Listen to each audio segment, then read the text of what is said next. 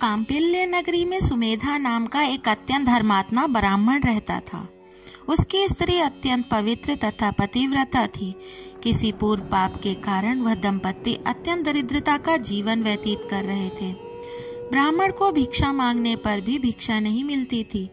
उस ब्राह्मण की पत्नी वस्त्रों से रहित होते हुए भी अपने पति की सेवा करती थी तथा अतिथि को अन्न देकर स्वयं भूखी रह जाती थी और पति से कभी किसी वस्तु की मांग नहीं करती थी। दोनों पति पत्नी घोर निर्धनता का जीवन व्यतीत कर रहे थे। एक दिन ब्राह्मण अपनी स्त्री से बोला, हे प्रिय, जब मैं धनवानों से धन की याचना करता हूँ तो वह मुझे मना कर देते हैं।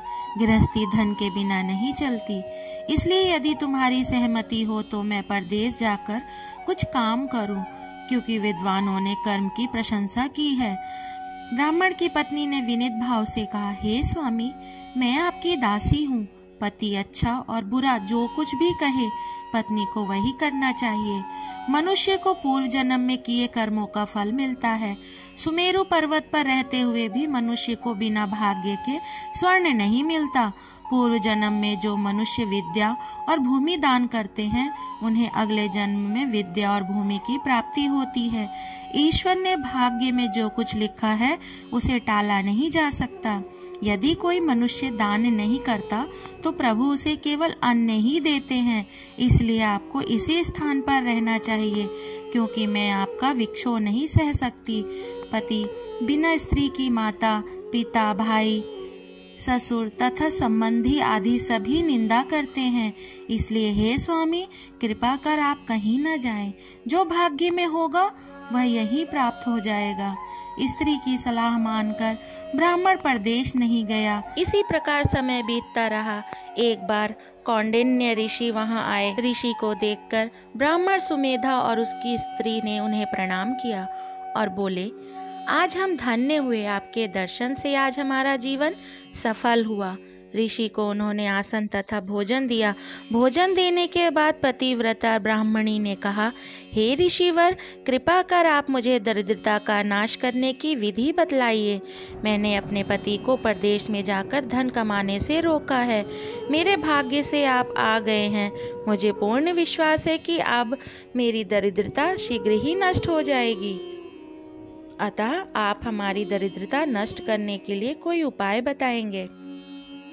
ब्राह्मणी की बात सुन कौंडिन्य ऋषि बोले, हे ब्राह्मणी, मलमास की कृष्ण पक्ष की परमा एकादशी के व्रत से सभी पाप, दुख और दरिद्रता आदि नष्ट हो जाते हैं। जो मनुष्य इस व्रत को करता है वह धनवान हो जाता है। इस व्रत में नृत्य, गायन आदि सहित रात्रि जागरण करना चाहिए। यह एकादशी धन वैभव देती है तथा पापों का नाश कर उत्तम गति भी प्रदान करने वाली होती है। धनाधिपति कुबेर ने भी इसी एकादशी व्रत का पालन किया था, जिससे प्रसन्न होकर भगवान भोलेनाथ ने उन्हें धनाध्यक्ष का पद प्रदान किया। इसी व्रत के प्रभाव से सत्यवादी राजा हरिश्चंद्र को पुत्र, स्त्री और राज्य की प्राप्ति हुई थी। तदुपरांत कौंडिन्य ऋषि ने उन्हें एकादशी के व्रत का समस्त विधान कह सुनाया। ऋषि ने कहा, हे ब्राह्मणी, पंचरात्रि व्रत इससे भी ज्यादा उत्तम है। परमा एकादशी के दिन प्रातः काल नित्य कर्म से निवृत्त होकर विधान पूर्वक पंचरात्रि व्रत आरंभ करना चाहिए। जो मनुष्य 5 दिन तक निर्जल व्रत करते हैं वे अपने माता पिता और स्त्री सहित स्वर्गलोक को जाते हैं। जो मनुष्य 5 दिन तक संध्या को भोजन करते हैं वे स्वर्ग को जाते हैं। जो मनुष्य स्नान करके 5 दिन तक ब्राह्मणों को भोजन कराते हैं वे समस्त संसार को भोजन कराने का फल पाते हैं। जो मनुष्य इस व्रत में अन्न दान करते हैं उन्हें तीनों लोकों को दान करने वाला फल मिलता है। जो मनुष्य उत्तम ब्राह्मण को तिल दान करते हैं वे तिल की संख्या के बराबर वर्षों तक विष्णु लोक में वास करते हैं। जो मनुष्य घी का पात्र दान करते हैं वह सूर्य लोक को जाते हैं। जो मनुष्य 5 दिन तक ब्रह्मचार्य पूर्वक रहते हैं वे देवांगनाओं के साथ स्वर्ग को जाते हैं। हे ब्राह्मणी, तुम अपने पति के साथ इसी व्रत को धारण करो। इससे तुम्हें अवश्य ही सिद्धि और अंत में स्वर्ग की प्राप्ति होगी।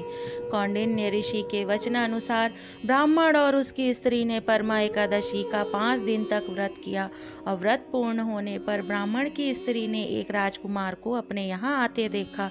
राजकुमार ने ब्रह्मा जी की प्रेरणा से एक उत्तम घर, जो कि सब वस्तुओं से परिपूर्ण था, उन्हें रहने के लिए दिया। तदुपरांत राजकुमार ने आजीविका के लिए एक गांव दिया। इस प्रकार ब्राह्मण और उसकी स्त्री की गरीबी दूर हो गई और पृथ्वी पर काफी वर्षों तक सुख भोगने के पश्चात वे पति पत्नी श्री विष्णु के उत्तम लोक को प्रस्थान कर गए। आप सभी भक्तों को परमा एकादशी की हार्दिक शुभकामनाएं। हरे कृष्णा।